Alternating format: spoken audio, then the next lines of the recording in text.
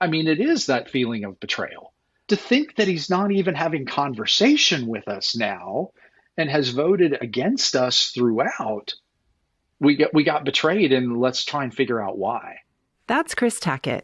In 2014, he became a school board member in Granbury, Texas. Before that, he wasn't really politically engaged and didn't know much at all about local and state election funding. I mean, I only paid attention to politics at the top level, and at the local level and state level, I really didn't pay any attention. Chris was about to pay a lot more attention to the role of money in politics. Granbury, Texas is a small community just southwest of Fort Worth. For many years, Chris had coached youth sports and served as a president of the local softball and baseball association. I loved working with the kids, right? The things I've been able to do with the baseball league, I think those skills translate pretty well into public education. So Chris decided to run for school board in 2014. There are a little over 1,000 school boards in Texas, and trustees are responsible for overseeing the vision of the local school district. They are nonpartisan, elected representatives. You do not declare on the ballot if you're a Democrat or Republican, and they are unpaid positions. Chris threw his hat in the ring and won his race. A couple years later, in 2016, while Chris was still in his first term as a school board trustee, another race was heating up in Granbury. A first-time candidate named Mike Lang was running to be the Texas representative for House District 60, and Mike Lang won his race.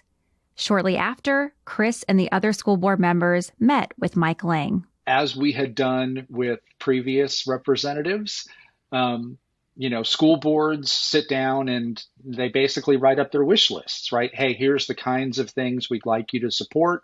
Here's the bills that we've already seen filed. Please support this. Don't support that. Hey, when it comes to vouchers, just say no, those kinds of things. And Mike Lang, as we met with him, he kept telling us, yes, support public education. Chris and the 6 other school board trustees walked away from the meeting feeling like they had a public education ally in their corner, which was a relief. School boards need the support of their state representatives because the representatives ultimately control the state's budget, meaning how much money school districts get. But then something unsettling happened with Mike Lang. When he actually started voting, the way he cast ballots was exactly the opposite from where we had hoped and asked. And he had told us, hey, yes, I'll be able to support those things. So it really got me questioning, why would someone do this? And the only thing I could come up with, it's got to be money, right? As it turned out, it was money. Chris didn't know it at the time, but Mike Lang had big money behind his campaign.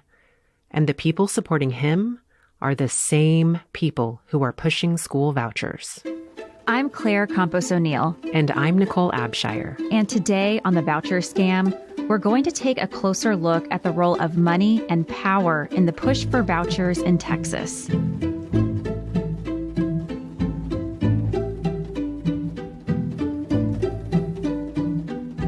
On the last episode of The Voucher Scam, we made the case that vouchers are indeed a scam. They don't deliver what they promise, and they would divert money from our already strained public school system. Vouchers are a nonpartisan issue in Texas, and they have created a rare alliance between rural Republicans and urban Democrats. And yet, they won't go away. Part of the reason we're doing this podcast now is because in October 2023, Governor Greg Abbott is once again making a push to force through vouchers. So, given that vouchers are unpopular, why won't they just go away? Who keeps pushing it, and what exactly are they trying to accomplish? Claire and I have been hard at work studying this issue, and the more we look at it, the more we've come to see it as a microcosm for so many other things going on in our political climate, especially issues surrounding Democratic participation, dark money in politics, and minority rule. So in this episode, we want to try to accomplish 3 things: First, we want to help you see some of the key players behind the relentless push for vouchers and what their broader goals are. Second, we want to make the case that this issue, education vouchers, actually represents a broader threat to democratic values. And third, maybe most importantly, we want to remind you of something fundamental. It is not too late to take action. We can still do something about all of this. Okay, so to get there, let's go back to 2016 with Chris, the school board trustee at Granbury ISD. Candidate Mike Lang promised to vote for pro-public education bills, but once he became Representative Mike Lang, his actions told a different story. The first set of votes that we actually got feedback on, it was like, oh, well, we need to set up a meeting because obviously he misunderstood. I mean, it all has to be this misunderstanding. And then when he won't take the meetings, just, sends back a note, those were the best votes I felt like I could take at the time, or it was something along that, right? Just a total cop out. And then stopped meeting with us, stopped replying to the superintendent. I mean, it is that feeling of betrayal. Chris and the other trustees couldn't understand why Representative Lang was ignoring their input and dismissing their concerns when it came to public education. After all, the trustees were the ones tasked with delivering public education to the community. Mike Lang should have been their ally. You do feel like when you're dealing with an elected official and they tell you something that you should be able to bank on that, right? There is a measure of, I think, inherent trust that we give to elected officials. And the cynic in us might say, well, what did they expect? Politicians lie. They tell us what we want to hear. But Chris thought that because of Mike Lang's connection to the community, Mike would see the importance of working with the school board. He lives in Granbury, in our community, in our school district. To think that he's not even having conversation with us now and has voted against us throughout, how do you square that? You see, Chris and the school board depended on Representative Lang to keep his word. While the school board creates the vision and direction of the school district, it's the legislature's responsibility to decide how much money schools actually get in Texas. They hold the power of the purse. So when Representative Lang did not follow through on his promise, Superintendent Jim Largent decided to take matters into his own hands. My superintendent retired from being a superintendent in a public school and said, I'm going to run. So he ran in this race against Mike Lang. And we thought, oh, this is going to be a no-brainer, right? This is a guy who is all about public schools in the largest school district, in the largest community inside the district. Jim Largent was a well-known figure in the community. When he decided to run in 2018 and challenge Mike Lang in the Republican primary, it seemed like Largent would be a shoo-in.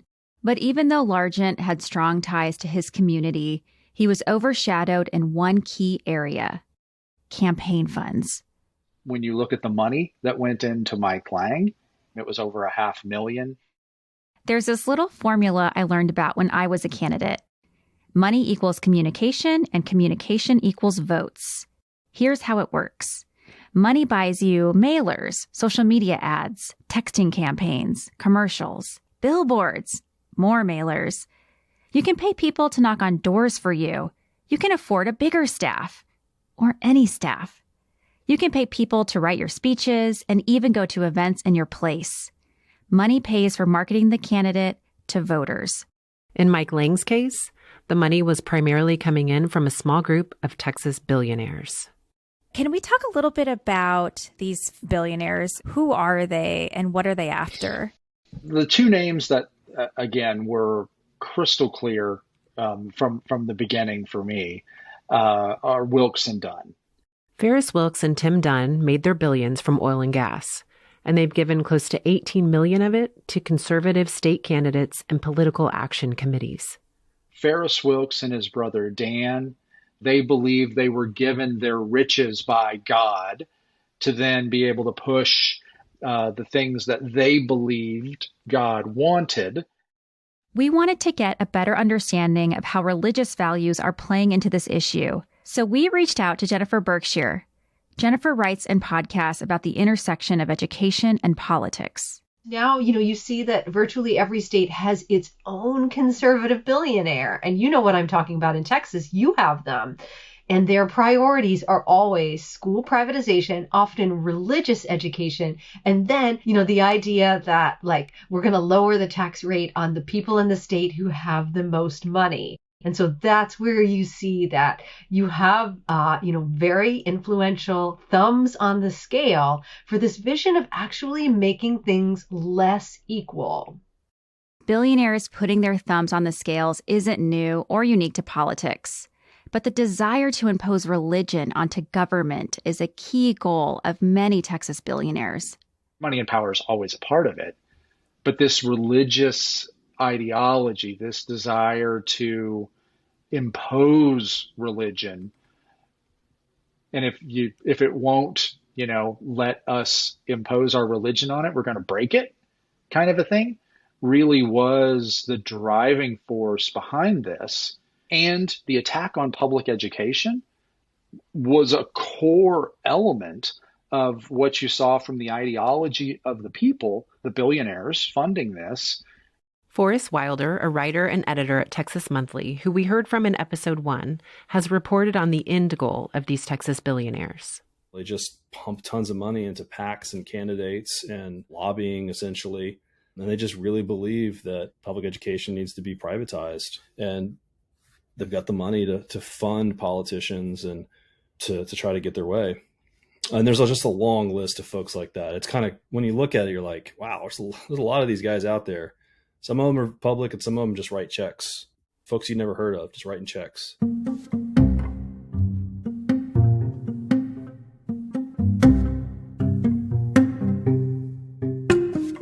After Mike Lang won the 2018 Republican primary, Chris Tackett got curious. Where exactly was Mike Lang getting his money? When I ran for office back in 2022, I had to file reports with the Texas Ethics Commission, or TEC. The TEC requires that anyone who gives directly to your campaign must provide their name and occupation. And this is the important thing. There is no limit to how much someone can give. TEC reports are available to the public, so Chris was able to pinpoint the source of Lang's campaign funds. Individual donations, which is what I was seeing with Ferris Wilkes, right? He was writing hundreds of thousands of dollars at a time to one candidate. That was just, it felt crazy. One person giving hundreds of thousands of dollars to one candidate. But really, it didn't stop there. As I got further into it, you realized the crazy was all over the state. It wasn't just in one race. I mean, they were doing very similar things everywhere, but only at the House level. They were making some investments in the Senate level, but it was almost all in the House because they knew those were the ones that they'd have the easiest time winning.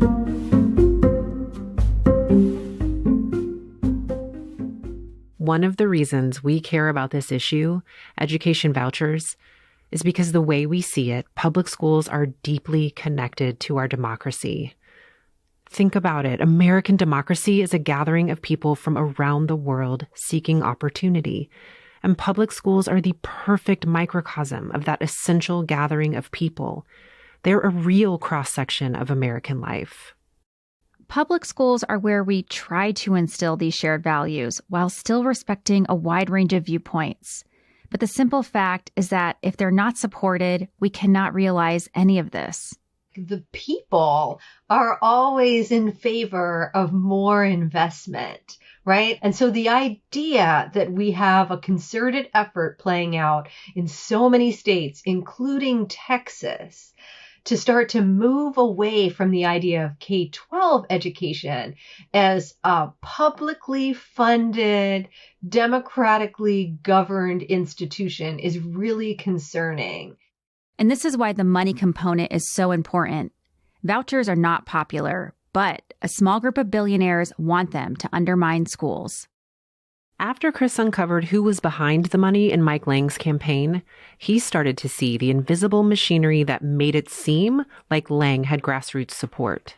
it made me realize this is a whole web of money trying to buy elections and buy legislators and buy outcomes. Then you started to say, why?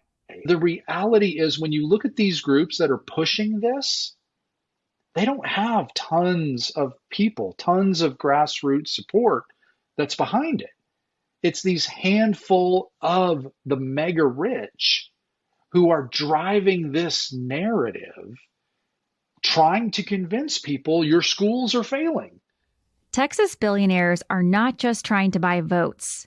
They are using their money to create the illusion that their policy priorities have grassroots support. And the key constituency they are interested in persuading is rural Republicans. The whole plan is to figure out ways to use their influence to counter the rural Republicans, replace them with different rural Republicans. And then you think about like how a similar dynamic is playing out in all these states. And what's been so eye-opening to me, there's an enormous gap between the policy priorities of those brothers and what people on the ground actually want. And that there is no single issue that this is truer about than school vouchers. At this point, you might be wondering, why are the Wilkes brothers and Tim Dunn so set on changing public education as we know it? And why are vouchers their issue? Ferris very clearly speaks to, well, the thing we got to do is we got to work on our schools. It's the gay agenda. Here's Dan and Ferris Wilkes at a Pastors and Pews event in 2014. And bring the Bible back into the school and start teaching our kids at a younger age and, focus on the younger generation. They're being taught the other ideas, the gay agenda every day out in the world. So we have to stand up and explain to them that that's not real and that's not proper, it's not right. Tim Dunn is from Midland, and another oil and gas man, billionaire, right? He has been very active in Texas politics. And this is Tim Dunn at a Convention of States event in 2022. I like to say the Bible is mainly about politics. Politics is people engaging with one another in an organized way. And all organization is based on some kind of values. And values come from your beliefs. So really, politics and religion are inseparable. The reason why the Marxists did this religion and politics don't mix is because they have defined religion as all beliefs other than theirs. Chris told us about another organization, largely funded by billionaires, that is a big player in the pro-voucher movement in Texas, the Texas Public Policy Foundation. The Texas Public Policy Foundation was started by a gentleman named James Leininger. A lot of the other, super conservative voices in the state have served on the Texas Public Policy Foundation. In episode 1, we told the story of Governor Abbott going on a tour to private schools throughout Texas to drum up support for vouchers. Something we can all agree on. Parents deserve access to curriculum. Parents deserve access to what books are in their child's library. It was called the Parent Empowerment Tour. Who is helping him run this tour? The Texas Public Policy Foundation is an extremely well-funded nonprofit that exists to further the agenda of its extremely wealthy, highly ideological political donors. And they have been working on vouchers since they were founded 40 years ago. They're all in on this. This is their do or die moment. There was a letter actually sent out by the Texas Public Policy Foundation in November of 2021 that said, our public schools are Marxist indoctrination centers, and now is the moment that we can free all of these kids from these centers, and it's via school choice and education savings accounts and vouchers. They rail against the LGBTQ community. They speak in all of these, again, propaganda, buzzword, fear-based components. But that's absolutely the same core language that you hear the governor using right now. It is kind of weird to watch Abbott in action. He is trying to close the gap between the fact that they have succeeded in getting a lot of people in Texas really worked up about this fear of indoctrination. So think about what we went through in the aftermath of George Floyd's murder. Suddenly there are protests that pop up, and they pop up all over the place, including in small rural communities that had never seen a protest like that before.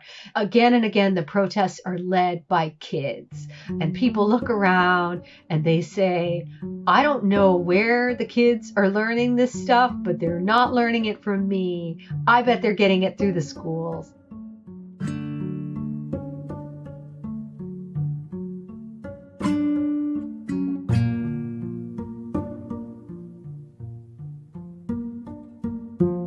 It's understandable that parents are concerned about children learning things that might not align with their values. We get that fear. And a big challenge of being a parent is distinguishing between the real threats our children face and also recognizing when parental fear is being weaponized. The first thing people need to know is just how old this stuff is. You could go back and replace the words secular humanism or feminism with woke, and you would feel like you had come forward in a time machine.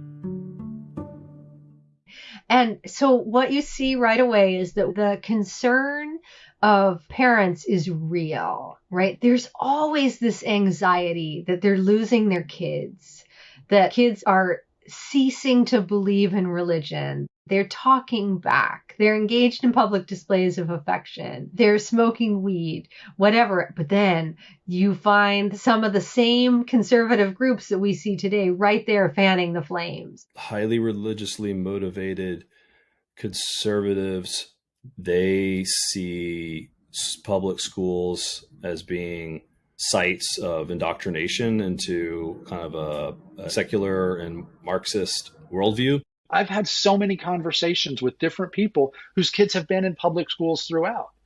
And they're like, man, this porn in libraries thing and this CRT thing. And oh my gosh, is it real? And I'm like, no, it's not real. And they're like, well, but you're hearing it all the time. And it's kind of got me thinking, maybe my kids would be better off in some other school. And it's like, well, then they're winning. If you were good with public school throughout and now all of a sudden you're questioning the propaganda and the things they're pushing, it's working. Many of them believe that the reason that we're seeing, for example, like so many trans folks publicly, the reason that we have this push for like DEI, diversity, equity, and inclusion, all of these things that they find troubling, a lot of that can be traced back to public schools.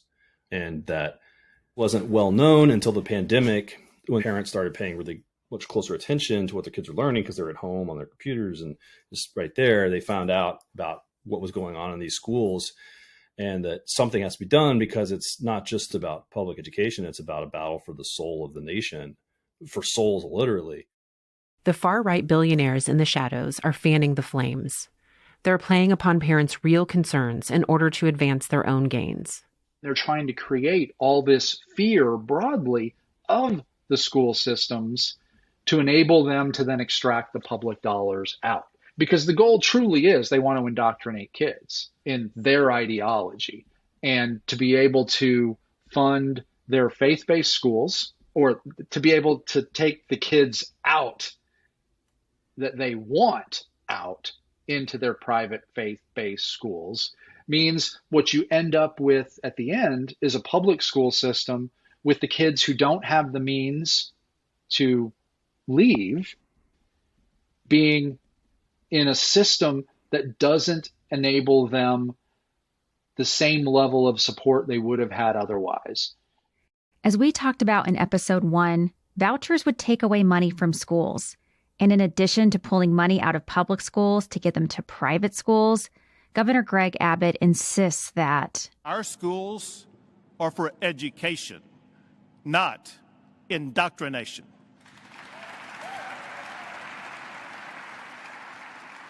I want to pause here for a minute and talk about this word, indoctrination, because this word gets thrown around a lot in the debate over vouchers.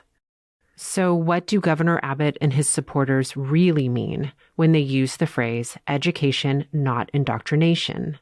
It's kind of strange, right? For me, indoctrination is about religious beliefs. Indoctrination is about teaching church members what to think.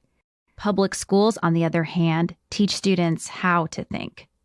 Schools are teaching more than just academics. They are also instilling a set of values like acceptance, inclusivity, cooperation, equality, collectivism, critical thinking, and fairness.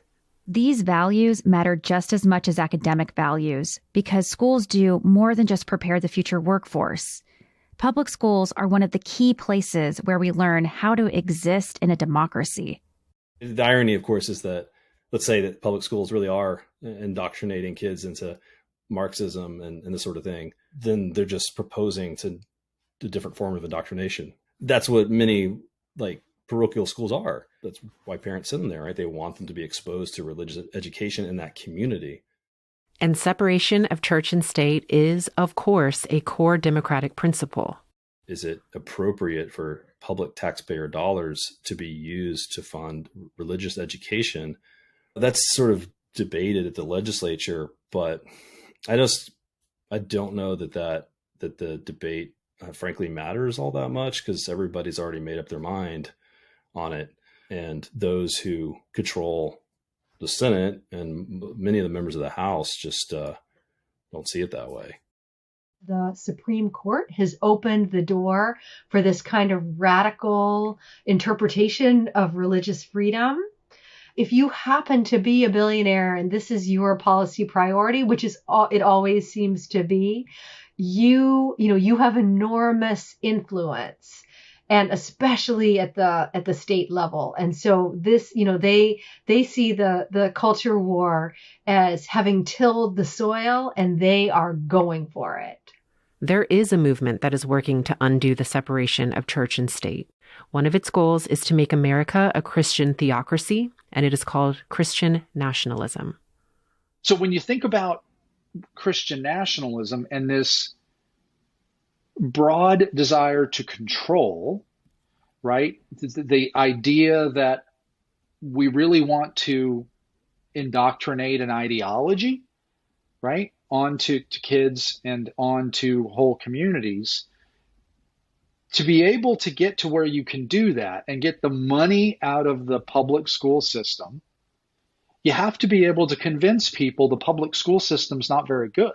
Whenever I hear about efforts to really dismantle the public system, I want to know what kind of future are folks who are advocating that? Like, what do they see and what does it have in common with what we have already seen in this country? If you're really a Christian nationalist, then you want to use the power of the state in order to amplify a Christian nation state and culture. In other words, Christian nationalists have discovered that school vouchers are a legal way to dismantle public schools and move towards what they ultimately want, an authoritarian Christian state. If this sounds alarmist, consider what's happened to abortion rights in Texas and in the U.S. The same political forces are coming for our public schools. There seems to always be a tug of war in our country, a fight between individualism and collectivism, democracy and oligarchy, equality and inequality. While this fight over vouchers in Texas feels like an unprecedented moment, this isn't new. Whatever we're fighting about, we've always fought about it before. We can use the lessons of the past to inform our future.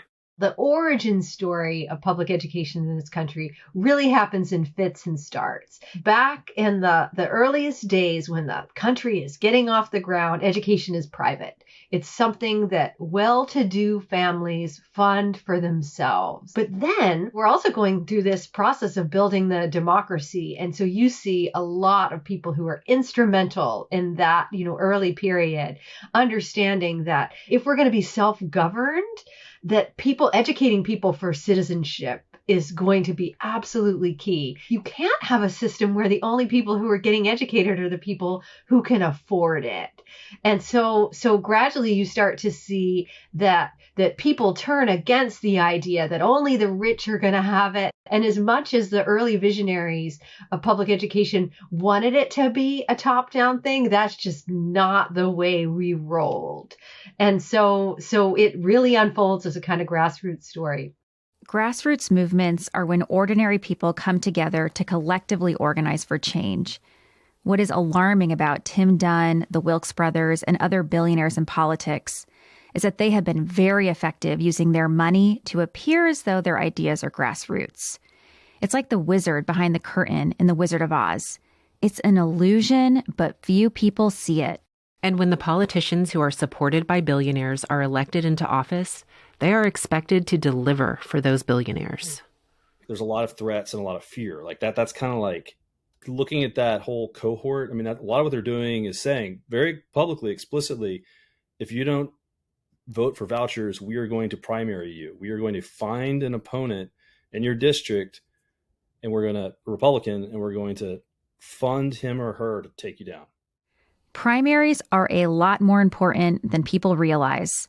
As a result of gerrymandering, districts are now very blue or very red. So primary races wind up being the real battle. And those who do vote in primaries have disproportionate power. Need help registering to vote? Check out the resource guide in our show notes. Vouchers are being proposed across the nation. So when did this push for vouchers start and why? This is an old idea, and it dates back to that libertarian economist, Milton Friedman. And the big question has always been, was he just, an economist who had a great idea about how to use the market to make schooling more competitive? Or was he actually all tangled up with the same folks leading the massive resistance against desegregation, particularly in the South? In episode 3 of The Voucher Scam, we'll shed light on where vouchers originated in Texas. He saw the resistance to desegregation as an opportunity to make his vision real. And we'll investigate what happened 20 years ago when a Texas billionaire funded a 10-year voucher experiment in San Antonio. What started happening is I had parents coming to me and saying, I'm going to withdraw my child. Why? What's going on? Ever heard of it? We had to dig deep to unearth this one. If vouchers had been such a success in Texas in the past, wouldn't we have heard more about it? Edgewood knew nothing that was coming toward us. Nothing. The Voucher Scam was created by me, Claire Campos O'Neill, and Nicole Abshire. Our producer is Michelle Dallenberg. Michael Osborne provided production oversight. Heather Stewart is our audio engineer. We use music from Blue Dot Sessions and APM Music. Special thanks to 14th Street Studios and Ever Calderon at Dawa Studios. The Voucher Scam is a production of the Mothers for Democracy Institute.